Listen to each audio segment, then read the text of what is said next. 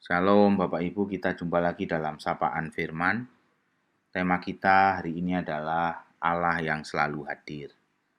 Bacaan kita dari Keluaran 3 ayat 6. Lagi ia berfirman, Akulah Allah ayahmu, Allah Abraham, Allah Ishak, dan Allah Yakub. Lalu Musa menutupi mukanya sebab ia takut memandang Allah. Bapak Ibu Saudara sekalian yang dikasihi Tuhan, catatan sejarah itu penting. Karena itu semua mengingatkan kita tentang dari mana kita berasal dan peristiwa-peristiwa yang telah membawa kita ke tempat kita berada saat ini. Catatan itu menghubungkan kita dengan generasi-generasi yang ada sebelum kita. Dan mengingatkan kita bahwa kita semua adalah bagian dari kisah yang lebih besar. Riwayat keluarga, sejarah bangsa, sejarah dunia, semua ini adalah cerita yang menjadi bagian dari cerita kita sendiri.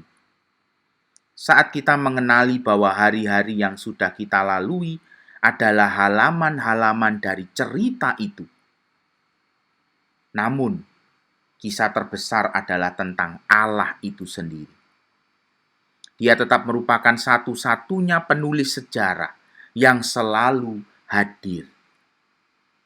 Bapak Ibu Saudara sekalian dikasihi Tuhan, membaca Keluaran 3 ayat yang ke-6 ketika Tuhan memanggil Musa. Sebuah cara yang indah ketika Tuhan memperkenalkan dirinya kepada Musa dengan mengatakan, Akulah Allah ayahmu, Allah Abraham bahkan, Allah Yakub, Allah Ishak. Itu sebuah hal yang luar biasa. Oleh karena itu ketika para penulis Alkitab mencatat hal-hal semacam ini, hal itu lebih dari sekedar catatan sejarah. Semua catatan ini mempunyai arti penting secara rohani yang lebih dalam.